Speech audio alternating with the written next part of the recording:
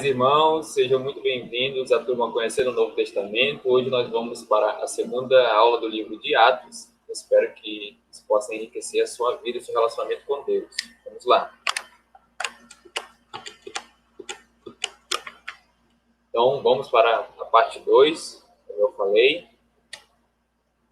E agora a gente vai ver 3 verdades importantes sobre a mensagem de Atos. Vamos lá. Em primeiro lugar, vamos falar sobre a importância de sua mensagem. Por que a mensagem de Atos é importante para nós. Segundo John Stott, Atos é fundamental por causa de seus registros históricos e também por sua inspiração contemporânea. Atos narra a história da Igreja Apostólica desde os seus primeiros passos em Jerusalém até Roma, capital do Império. Atos faz uma estreita conexão entre o que Jesus começou a fazer e ensinar e o que ele continuou a fazer e ensinar por intermédio dos apóstolos. Então, como a gente já viu na aula passada, Atos pode ser chamado, Atos do Espírito Santo através dos apóstolos. E aí a gente vai ver o livro falando principalmente de Pedro até o capítulo 12 e depois do apóstolo Paulo. O livro de Atos não coloca no centro do palco os apóstolos, mas o Senhor Jesus. É Ele quem fala e faz. Os homens de Deus são apenas instrumentos. O agente é o próprio Filho de Deus. O poder que transforma vidas não vem do homem, mas de Deus. Não vem da terra, mas do céu. Não vem de dentro, mas de cima. O tema central de Atos é ainda Jesus, mas agora é ele ressuscitado, vivo, que dá poder e que desafia seus seguidores a irem por todo o mundo com a incomparável história do amor de Deus. Então esse é o tema central de Atos, que a gente nunca se esqueça. Apesar da gente ver eles falando sobre os apóstolos ali, a gente percebe que o tema central é Jesus Cristo. Cabe essa reflexão aqui. Nós reconhecemos a supremacia do Filho de Deus? Será que a gente reconhece a supremacia do Filho de Deus no meio da igreja, no meio do seu povo? Ele é o cabeça, ele tem o lugar de honra. É ele quem fala, é ele quem faz, ele é soberano. Então a gente deve reconhecer o seu senhorio também, principalmente no meio do seu povo. Ainda sobre a importância de sua mensagem. O livro de Atos é a única história da igreja inspirada. É também o primeiro livro da história da igreja apostólica. Então, Atos não é apenas uma ponte que liga a vida de Cristo com o Cristo vivo ensinado nas epístolas.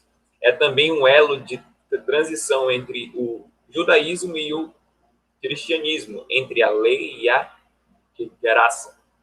Então, que a gente sempre tenha isso em mente quando estiver lendo. Agora, sobre a necessidade de sua mensagem. Atos é um manual sobre o crescimento, o desenvolvimento saudável da igreja. Nós vivemos num tempo de busca desenfreada pelo crescimento numérico do povo de Deus, ou então da organizações, ou então de organizações. Atos nos livra das armadilhas da numerolatria, idolatria dos números. A gente percebe muito isso, vê muitos ministérios fazendo campanhas em cima de campanhas, culto centrado para satisfazer desejos e necessidades das pessoas e não para adorar realmente a Deus. Ministérios totalmente voltados para que o homem alcance sucesso em seus negócios, em seus empreendimentos, em sua vida, fique em paz. E aí a gente resume o povo de Deus a apenas números. As pessoas são tratadas apenas como números. Isso está totalmente errado. E Atos nos livra dessa armadilha da idolatria dos números. Mas ele também, esse livro também nos livra da numerofobia. O que é isso? É o medo dos números. Por que ele faz isso? Porque quando a gente vê Atos 2, 42, 43, o versículo 47, parte B, a gente lê o seguinte: todos se dedicavam de coração ao ensino dos apóstolos. Então aqui a gente vai ver os sinais, os elementos de uma igreja saudável, de uma comunidade saudável. Então, eles se dedicavam de coração ao ensino dos apóstolos. Nós temos que ser dedicados, irmãos, de coração ao ensino da palavra de Deus? Eis uma reflexão para a gente. Eles também se dedicavam à comunhão. Será que nós temos vivido a comunhão bíblica, realmente, a vida na vida, o chorar a tristeza do outro e se alegrar com a alegria do outro? Será que a gente tem carregado as cargas de nossos irmãos? A gente precisa voltar, irmãos, a uma vida bíblica. Ao partir do pão, seja do Senhor, e a oração. Então, esses são os sinais de uma igreja saudável. Havia em todos eles um profundo temor. Será que há, irmãos, em nosso meio um profundo temor da parte de Deus? E os apóstolos realizavam muitos sinais e maravilhas. Isso também pode acontecer no nosso meio hoje, irmãos. E a cada dia o Senhor lhes acrescentava aqueles que iam sendo salvos. Então aqui você percebe que Atos nos livra da idolatria dos números, mas também do medo dos números, porque quando se pratica uma comunhão, quando se vive os sinais de uma verdadeira igreja, de uma comunidade saudável, a gente percebe que o Senhor vai acrescentando aqueles que vão ser salvos, aqueles que estão sendo salvos. Então, o livro de Atos é o mais importante manual de crescimento da igreja. Se quisermos vê-la crescer, não devemos começar com os manuais modernos. Muita gente seguindo isso. Hoje tem muito aquele negócio do coach, né? Coach para ministérios. Cuidado.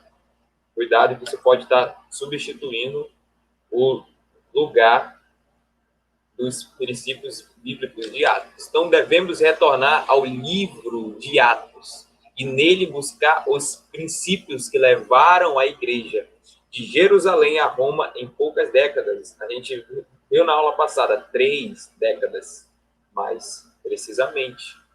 Então, devemos retornar aos princípios bíblicos. E Atos tem vários deles. Uma reflexão agora para a gente. A igreja evangélica como um todo tem usado os manuais modernos de crescimento? A gente pode falar que sim.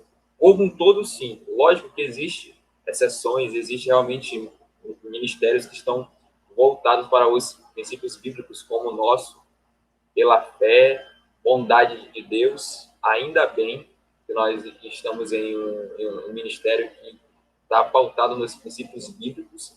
Mas se a gente for pensar na igreja evangélica como um todo, irmãos, tem muitos ministérios seguindo esses manuais modernos. Por quê?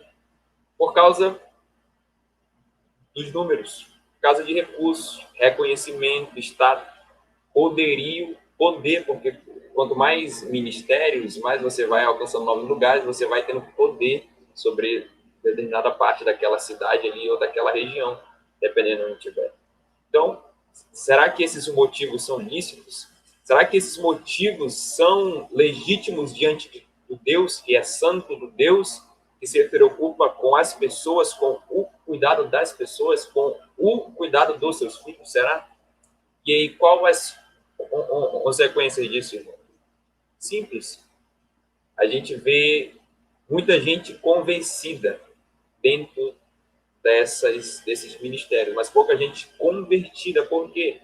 Porque para que você possa atrair essas pessoas com esses manuais modernos, você não pode falar de pecado, você não pode falar de arrependimento, você não pode falar de mudança de vida, porque você precisa atrair essas pessoas com esses métodos, com esses conceitos superficiais, com esses conceitos carnais, com esses conceitos egoístas, e para você manter essas pessoas, você tem que continuar falando desse tipo de mensagem, de motivação, e isso vai fazendo com que você tenha pessoas convencidas, mas não convertidas dentro desse corpo, vamos dizer assim, dentro dessa organização. Então, se você atrair as pessoas com o método carnal, você vai ter que manter essas pessoas com o método carnal também.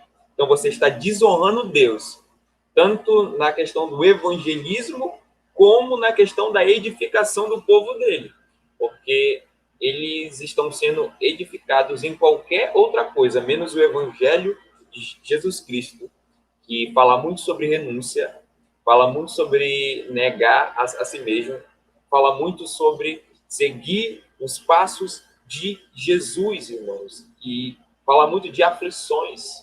Então, infelizmente, a gente percebe isso na igreja evangélica e a nossa única missão é estar em oração por isso, para que o Senhor realmente mande um avivamento verdadeiro sobre essa nação, para que isso seja mudado de uma vez por todas, irmãos, porque esse evangelicalismo nominal até dificulta a evangelização verdadeira, porque quando a gente vai falar do Senhor Jesus, vai falar do evangelho, para alguém ela já tem todo um conceito errado.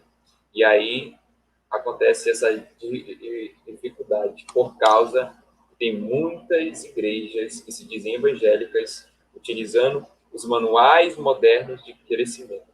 Que Deus nos livre disso.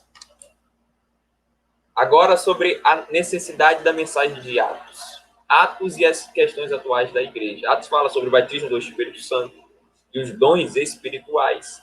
Fala sobre sinais e milagres carismáticos, a comunhão econômica da primeira comunidade cristã em Jerusalém.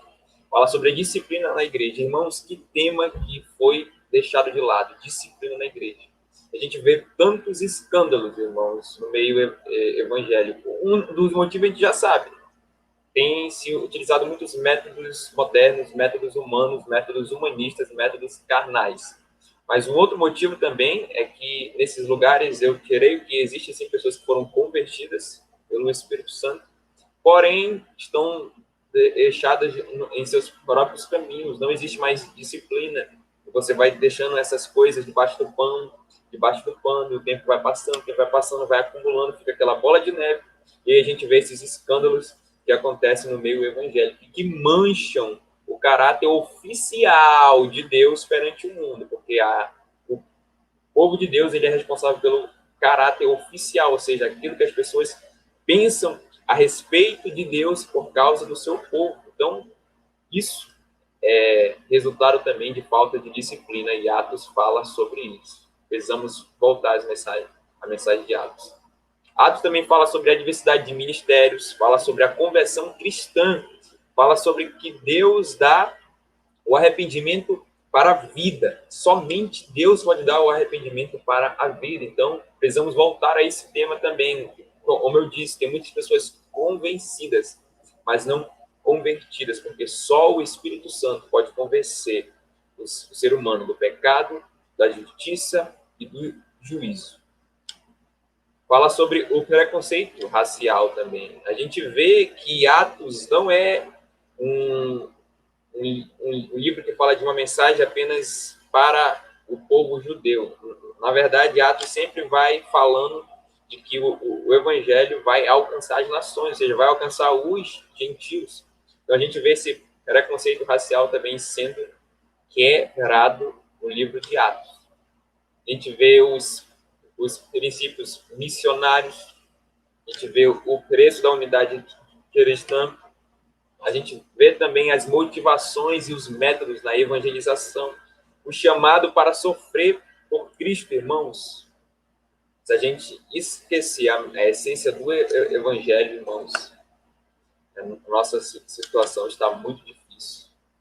A relação entre a igreja e o Estado, a gente viu que no decorrer 2 séculos, a gente viu como essa relação entre a igreja e o Estado fez mais coisas ruins para o povo de Deus do que benefícios. Então, Atos fala sobre como deve ser essa relação. Precisamos voltar à mensagem de Atos. E também Atos fala sobre a providência divina. Vamos, no capítulo 4 de Atos tem uma parte fenomenal. aquela passagem que a gente vê ali, o texto falando que Pilatos, juntamente com aqueles sacerdotes ali, todas aquelas pessoas, o povo, todas aquelas pessoas envolvidas na crucificação do Filho de Deus. Aquele texto fala que, apesar daquelas pessoas serem responsáveis, apesar daquelas pessoas serem culpadas por terem feito aquele mal tremendo que a gente não tem como medir, apesar de tudo aquilo, o texto fala que estava pré-ordenado por Deus. Irmãos, isso é fundamental, isso é magnífico demais. O ser humano é responsável, o ser humano é culpado pelos seus pecados, mas ele não age, irmãos, livre, ele não tem essa liberdade como muita gente acha, ele age dentro da soberania de Deus, dos propósitos de Deus, dos decretos de Deus, que são eternos, que não foram criados no tempo e nem estão sendo remodelados no tempo. Não, são decretos eternos. E esse texto maravilhoso de Atos 4, essa passagem fala sobre a providência divina, o fato de que Deus está envolvido em cada ato da história humana. Deus controla cada ato para a sua glória, para o seu louvor, pelos séculos dos séculos. Amém. Vemos também a necessidade de sua mensagem. Então, o livro de Atos é também o maior livro de missões do mundo e o maior livro sobre organização e procedimentos eclesiásticos. Agora, sobre a urgência de sua mensagem. O livro de Atos fala do crescimento espiritual e numérico da igreja. Para alcançar esse alvo, a igreja manteve inseparavelmente ortodoxia e piedade, doutrina e vida, palavra e poder. Ortodoxia sem piedade, ou seja, doutrina correta, sem relacionamento pessoal com Deus, sem relacionamento íntimo com Deus, vai resultar em racionalismo estéril, não tem frutos, não tem resultado. É uma vida apenas mental do evangelho. Mas também piedade, ou seja, relacionamento íntimo com Deus, uma vida santa, sem ortodoxia, sem doutrina correta, gera misticismo histérico. É só movimento, é só emocionalismo, mas não tem profundidade, mas não tem raiz. E como a gente deve agir? Será que a gente deve ficar só com ortodoxia, só com doutrina correta, ou será que a gente deve ficar só com piedade, só com vida santa? E aí, como a gente deve ficar? Ao longo da história, a igreja várias vezes caiu no extremo ou no outro. Só doutrina, não, a gente é só doutrina. Vamos só estudar, estudar, estudar. Não, a gente é só piedade, vamos só orar, orar, orar e orar.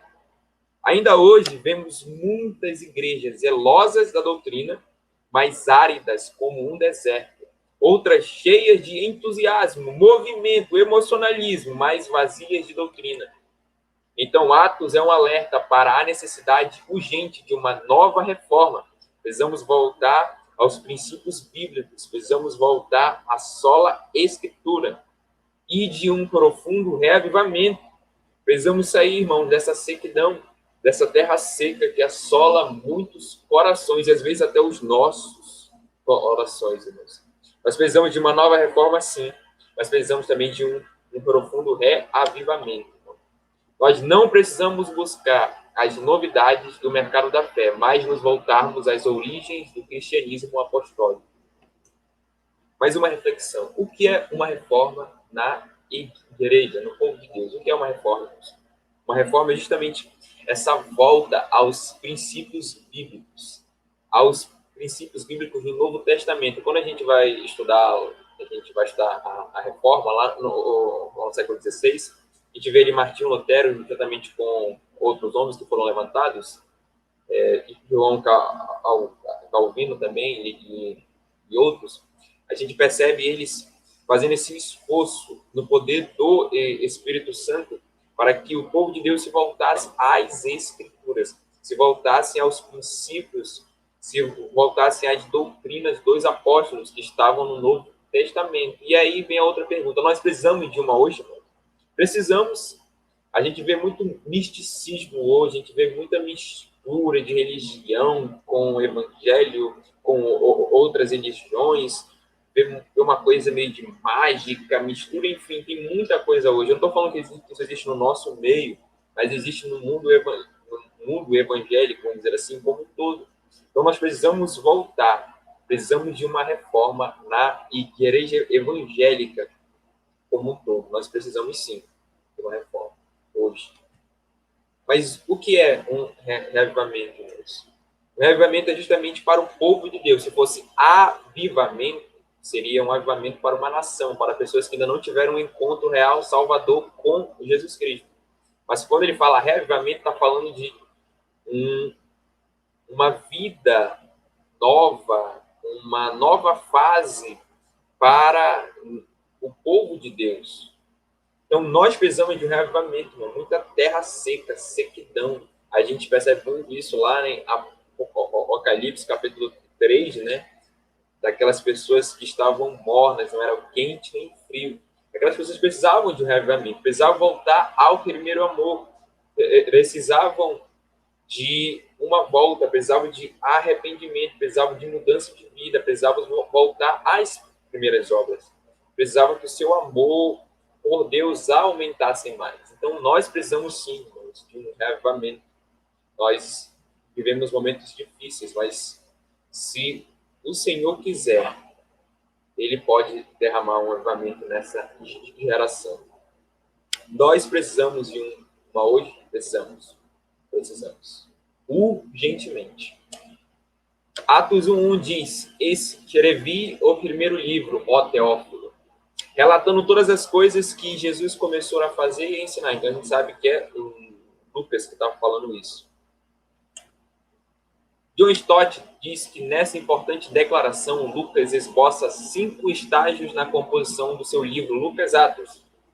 Primeiro a gente vê ele falando de eventos históricos. Irmãos, nossa fé ela é baseada em eventos históricos.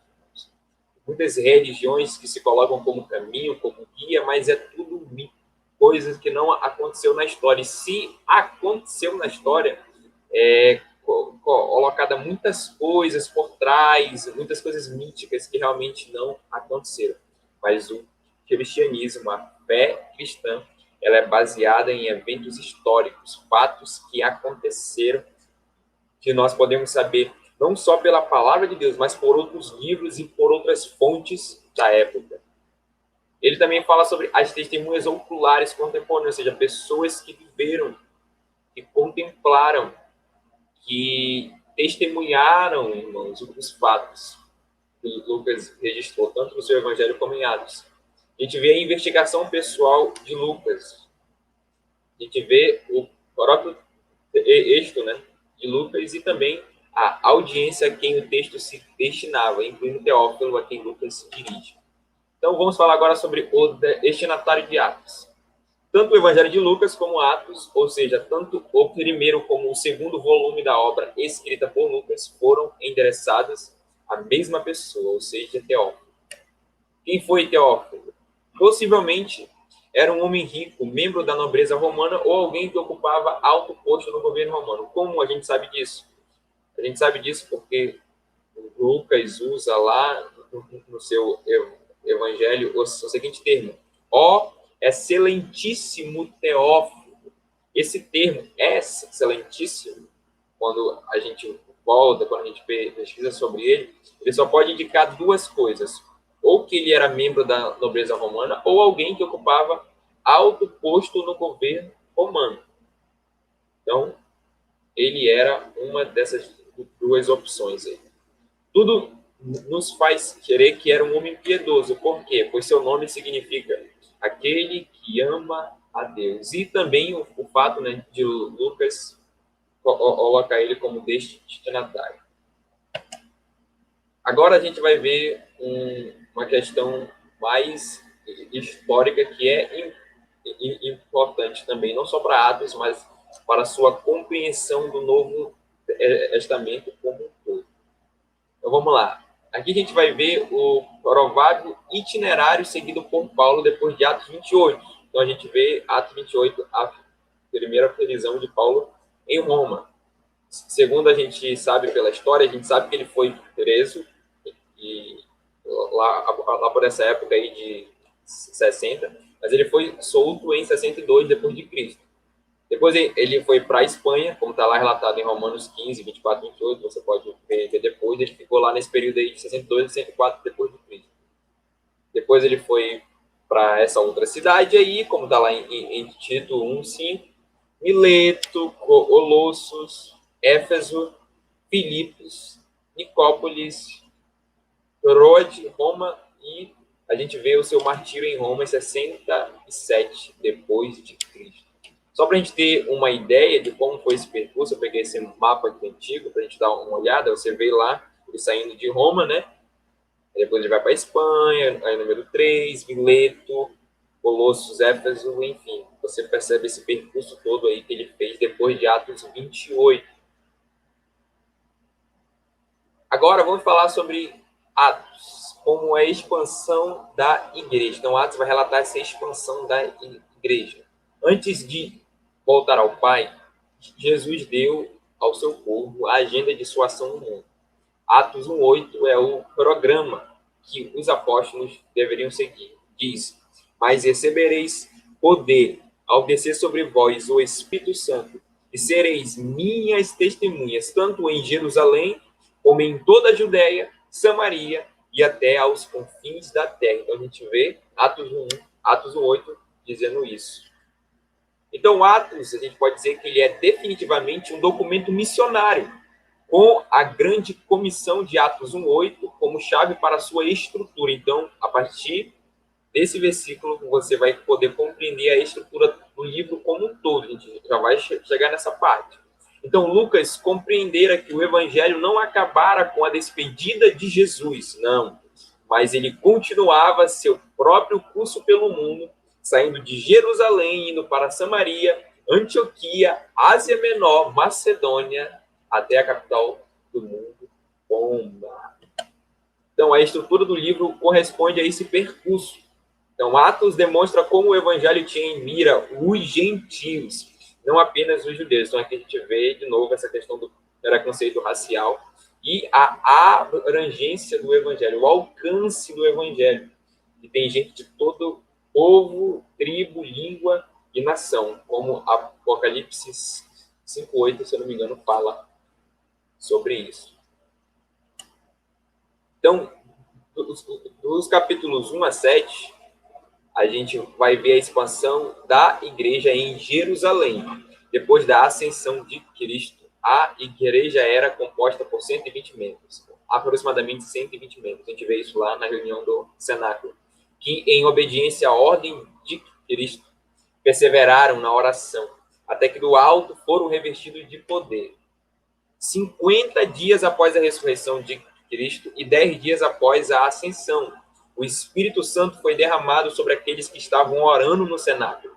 Nesse mesmo dia, Pedro pregou uma mensagem cristocêntrica, ou seja, Cristo estava no centro da mensagem dele.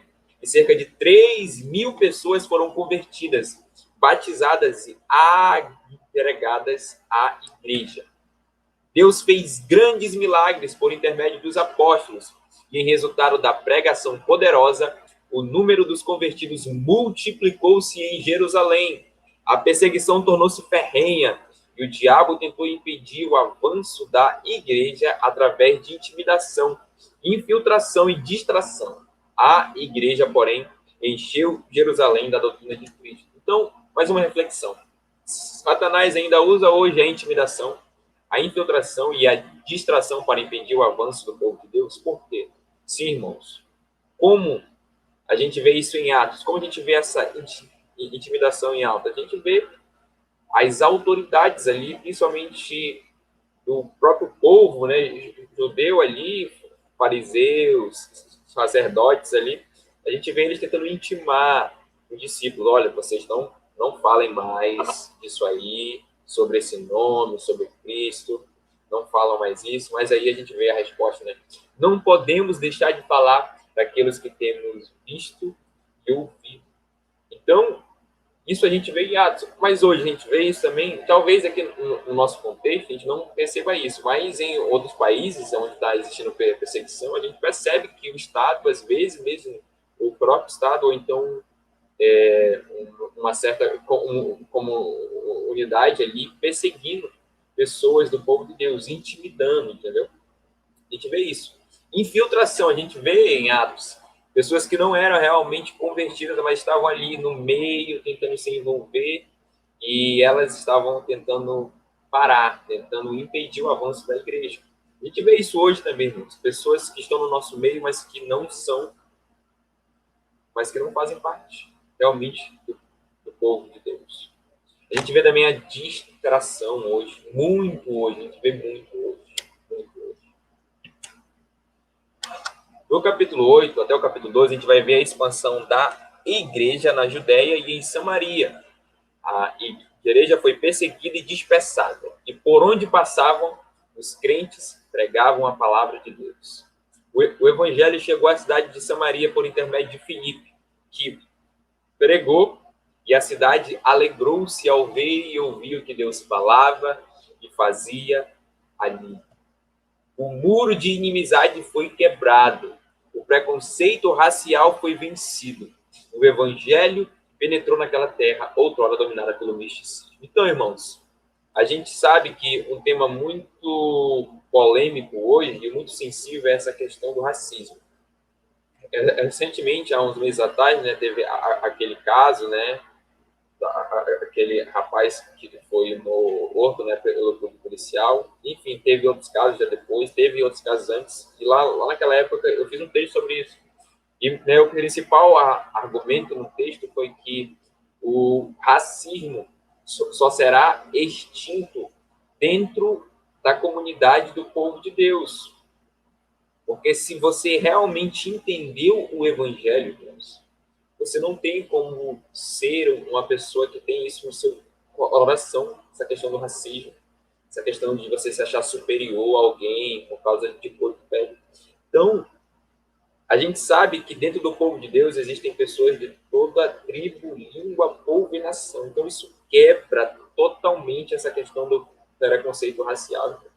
Então, meu principal argumento do texto foi o racismo, assim como qualquer outro tipo de pecado, porque racismo é pecado, só será extinto dentro da comunidade do povo de Deus, no estabelecimento pleno do reino de Deus, nos novos céus e nova terra. Então, a gente sabe que já teve várias coisas feitas, a gente vê educação, palestra sobre isso, e as coisas parecem ainda piorar. Por quê, irmão? Porque racismo não é uma questão de educação apenas. Ela é primariamente uma questão do coração, porque é um pecado que precisa ser tratado pelo Espírito de Deus, na alma dessas pessoas. Então, pela conversão de Saulo, o evangelho chegou a Damasco, na Síria. Por intermédio de Pedro, o evangelho atingiu a Cesareia Marítima e alcançou o gentil Cornélio. A palavra de Deus floresceu também em Antioquia da Síria, ultrapassando a fronteira de Israel. Então agora a gente vai ver a expansão da igreja até os confins da terra, dos capítulos 13 ao capítulo 28. Com a conversão de Saulo ao cristianismo e suas subsequentes viagens missionárias, o evangelho alcança as províncias da Galácia, Macedônia, Acaia e Ásia Menor.